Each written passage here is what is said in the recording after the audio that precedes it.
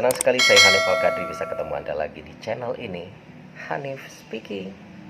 Dan kali ini kita akan bicara soal ketakutan dan kekhawatiran banyak orang tentang public speaking. Who is afraid of public speaking? Yang menjadi persoalannya saat ini dan pertanyaan paling mendasar adalah, wajarkah hal ini terjadi? Kenapa hal itu bisa terjadi? Seperti apa fakta-fakta dan juga solusi untuk mengatasinya? Temukan jawabannya di channel ini setelah saya Hanif Al-Kadri, Who is afraid of public speaking? Lagi-lagi pertanyaan ini menghantui pikiran banyak orang. Boleh jadi salah satunya adalah Anda. Tidak usah khawatir dulu, karena tidak satu pun fakta yang menyatakan bahwa tidak ada manusia yang tidak pernah takut ketika dihadapkan pada pilihan untuk berbicara di depan banyak orang. Selain persoalan jumlah khalayak yang begitu besar, siapa yang ada di hadapan Anda kadangkala tidak lebih menakutkan dibandingkan hal menakutkan lainnya.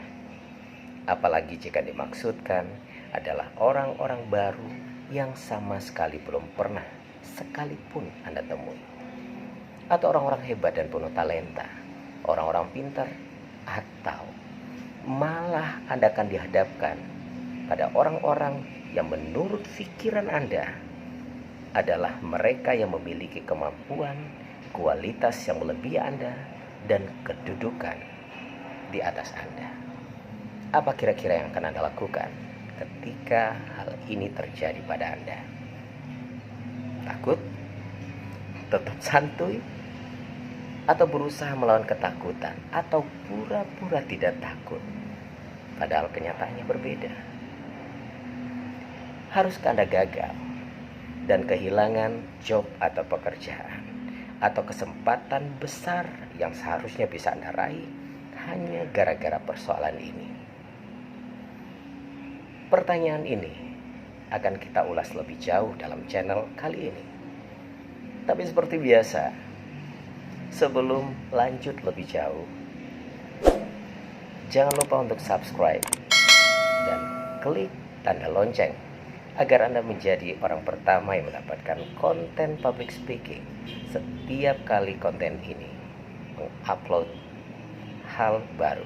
Hasil survei The People's Almanac Book terhadap 3.000 warga Amerika Serikat tentang hal apa yang paling ditakutkan oleh mereka. Ke-3.000 orang ini menjadi populasi untuk menjawab ketakutan tersebut dari rentetan sekian banyak kegiatan atau hal menakut lainnya menurut pikir mereka masing-masing. Yang mengejutkan adalah bahwa urutan pertama dari survei ini menyatakan bahwa hal paling menakutkan bagi 630 orang atau sekitar 21% justru berbicara di depan publik. Ketakutan ini malah mengalahkan ketakutan mereka terhadap kematian yang hanya menempati posisi ke-7, yaitu hanya sekitar 270 orang atau 9% saja.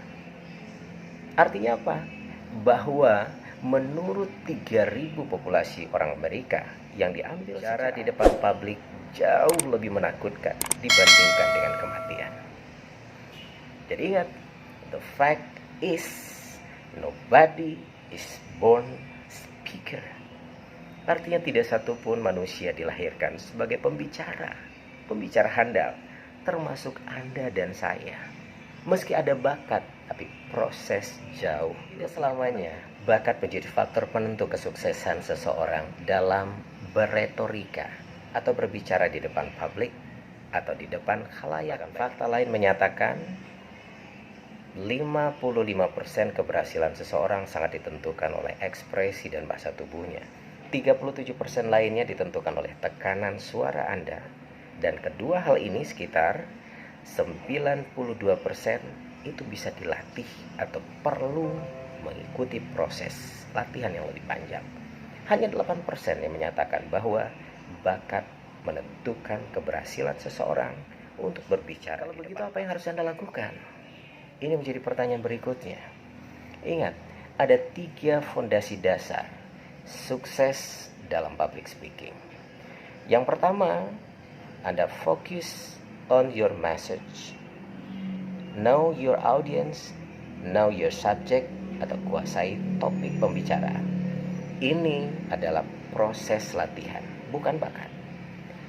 Akan jauh lebih sempurna memang ketika seseorang memiliki bakat, tetapi bukan berarti bakat menjadi penentu segalanya. Akan lebih berhasil seseorang yang memiliki kemampuan dan kesadaran untuk melatih diri menjadi lebih baik dibandingkan mereka yang punya bakat tetapi tidak pernah. Kita lihat yang pertama, know your subject and your speech. Artinya adalah kuasai topik pembicaraan. Yang paling diharamkan dalam kondisi public speaking ketika harus berbicara di depan umum atau di depan publik adalah kebiasaan kita menghafal dan meramu setiap kalimat sehingga kita menyampaikan hafalan demi hafalan. Know your subject artinya adalah kita mesti tahu titik fokus pembicaraan kita. Minimal kita akan dibantu oleh poin-poin apa saja yang menjadi hal paling krusial yang harus dan wajib dan tidak boleh lewat dari perbincangan kita. Ini yang membuat kita akhirnya bisa bebas dari rasa gugup. Karena apa? Pikiran dan perhatian kita lebih fokus pada konten daripada audiens. Dengan menguasai topik, kita menjadi lebih yakin, lebih tahu untuk menentukan apa yang harus kita lakukan. Oleh karena itu ya banyak latihan, pelajari dengan baik apa, seperti apa, kenapa, dan bagaimana menuntun dan meruntun perbincangan atau isi konten dari apa yang akan kita sampaikan. Kuasai, bukan yang kedua. Know your audience and your space. Kenali siapa yang menjadi audiens Anda dan seberapa besar space yang diberikan untuk Anda. Artinya apa? Orang yang tahu dengan siapa dia berbicara akan jauh lebih paham dan mengerti seperti apa dia melakukan eksekusi terhadap apa yang akan disampaikannya. Karena lain audiens, lain pola, proses, dan etika penyampaiannya. Kepada anak-anak tidak akan sama, kepada orang dewasa, apalagi orang tua, kepada petani berbeda, kepada motivator, kepada pegawai, kepada pimpinan. Itu perlu hal dan kondisi yang khusus dan tidak bisa disamakan satu sama lainnya. Bahkan penggunaan bahasa dan etika penyampaiannya pun relatif menjadi tidak sama. Ingat, beda audiens memerlukan pendekatan yang berbeda pula. Dan penentu keberhasilan seseorang dalam komunikasi adalah ketika si komunikator paham betul dan kenal betul siapa audiensnya. Dan yang kedua katanya tadi adalah know your space. Seberapa lebar, seberapa banyak waktu, seberapa Anda paham dengan space yang Anda punya, sehingga Anda bisa menyesuaikan kondisinya. Anda bisa menuntaskan dengan baik, mempersiapkan dengan baik, karena space yang disediakan untuk Anda sesuai dengan apa yang sudah Anda persiapkan. Yang ketiga, focus on your message, not on yourself. Ini harus diingat. To your message, not on yourself. Jadi jangan pernah fokus pada diri Anda sendiri, apalagi orang lain, tetapi fokuslah pada pesan yang akan Anda sampaikan. Pembicara pemula biasanya seringkali membiarkan rasa gugup menguasai mereka. Hanya karena persoalan ketika berdiri melihat orang lain. Karena fokusnya sudah mulai berubah. Fokus inilah yang membuat kita punya ketajaman untuk bisa mengatasi rasa gugup yang menguasai pikiran dan perasaan. Jadi ingat apa yang saya mau sampaikan. Poinnya sudah ada. 1, 2, 3, 4. Ketika sesuatu terjadi, misalnya rasa gugup, rasa takut, tarik nafas secara pelan, dari hidung, agak lama ditahan, kemudian keluarkan dari mulut. Itu persoalan biasa. Kemudian ingat lagi kepada fokus Anda. Lihat catatan Anda. Poin-poin apa yang akan Anda sampaikan. Kemudian sampaikan pelan. Hasil berbicara di depan umum ditentukan yang pertama adalah menyiapkan konten Anda atau pesan yang ingin disampaikan. Disinilah Anda memutuskan pesan utama, memilih poin pendukung, topik, cerita, dan lain-lain. Bagaimana hal menarik, perlu humor di dalamnya, dan segala macam memang perlu dipersiapkan. Dan menarik semuanya ke dalam satu aluran cerita yang mudah untuk dimengerti dan diikuti oleh audiens Anda. Lalu yang kedua yang tidak bisa dipungkiri adalah harus berlatih. Melatih diri untuk bisa menyampaikan itu dengan baik.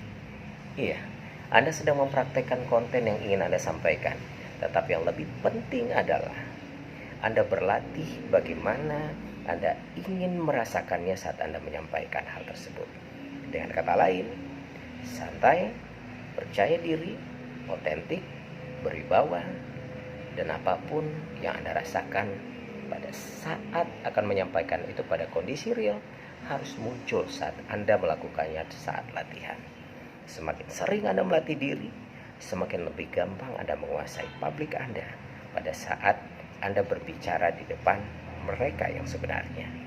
Dan akhirnya, ketika Anda mempresentasikan ide-ide Anda kepada audiens Anda, maka Anda berada pada momen di mana sebanyak mungkin dengan senang hati Anda bagikan pemikiran yang telah Anda kumpulkan. Sekarang persoalannya adalah bagaimana cara mengeksekusi semua hal yang tadi kita bicarakan. Bagaimana proses latihan agar pada kondisi yang sebenarnya Anda bisa mendapatkan hal yang paling pertama kita menyebutnya sebagai tahap persiapan. Fokus Anda adalah pada konten atau isi pembicaraan Anda. Apa yang akan Anda jelaskan? Apakah Anda akan berbicara pada tingkat yang tepat untuk audiens Anda? Artinya apa? Jangan memberikan presentasi yang sama kepada sekelompok orang awam, sama seperti Anda lakukan kepada audiens yang sebenarnya lebih pintar dan lebih ahli. Apakah Anda akan menjelaskan poin demi poin urutan secara terbalik atau terbaik? Atau memang Anda punya urutan sendiri? Karena urutan tidak menjadi patokan. Itulah kenapa poin menjadi sangat penting. Ketika Anda lupa pada poin 1, Anda bisa saja muncul pada poin ke-6 atau selanjutnya. Nanti bisa balik lagi. Apa yang harus Anda berikan? Yang Anda beritahukan kepada audiens Anda. Mengapa informasi itu menjadi sangat penting untuk mereka? Ini adalah tahap pertama yang harus Anda latih dan Anda eksekusi secara baik. Dan yang kedua, kita menyebutnya sebagai tahap praktek atau fokus pada diri dan kemampuan Anda untuk menyampaikan. Dalam tahap ini, apa yang bisa Anda lakukan atau apa yang seharusnya Anda lakukan? Yang pertama adalah melatih diri Anda, khususnya terkait dengan voice atau suara yang lantang, yang keras saat Anda merasakan apa yang ingin Anda rasakan ketika Anda menyampaikan konten atau isi yang sudah Anda buat. Lakukan berulang-ulang. Kapan perlu di depan kaca atau dalam konteks micro teaching. Artinya ada beberapa orang sebagai pendengar, teman, rekanan Anda atau rekan kerja untuk bisa mendengarkan dan memberikan masukan. Yang kedua, berlatihlah pada bagian yang Anda belum merasa pas. Lakukan berkali-kali sampai Anda merasa yakin.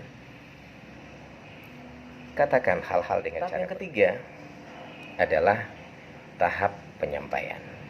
Ini yang menjadi persoalan karena pada kondisi real sebenarnya sangat ditentukan oleh seberapa lama, seberapa besar, dan seberapa keras Anda melatih diri sebelum saat ini tiba. Yang perlu Anda lakukan apa? Pada saat yang sebenarnya datang, lakukan kontak mata dengan audiens yang memiliki reaksi positif terhadap apa yang Anda sampaikan. Setiap menit, setiap saat, lihatlah dan pandang mata mereka secara berbeda.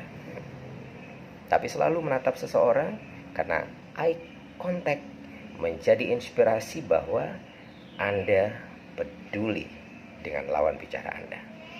Yang kedua, pertahankan sikap positif. Meskipun konten Anda sulit atau terbilang kontroversial, misalnya, beritahukan audiens Anda bahwa Anda senang menyampaikan. Tinggalkan banyak jeda dalam penyampaian Anda. Gunakan hal itu untuk mengamati reaksi audiens Anda. Banyak pembicara menghindari melihat audiens mereka karena mereka takut dengan apa yang akan mereka lihat. Tetapi dalam prosesnya sebenarnya mereka menipu diri mereka sendiri dari umpan balik positif yang sebenarnya diberikan oleh audiensnya. Adalah lakukan latihan sekuat dan semampu Anda dalam 3 tahap. Persiapan, praktek, dan yang sebenarnya. Antara konteks praktek dengan real bisa saja berbeda, tetapi jangan sampai hasil yang sebenarnya lebih buruk daripada praktek yang Anda lakukan sebelumnya. Alright, demikian konten kita kali ini tentang Who is Afraid of Public Speaking. Temukan dan dengarkan ulasan dan bahasan lainnya seputar problematika, tips, dan bahasan khusus tentang communication and public speaking hanya di channel ini, Hanif Speaking. Sampai ketemu lagi pada konten-konten selanjutnya. Jangan lupa subscribe, like, and share. Semoga bermanfaat dan sampai jumpa.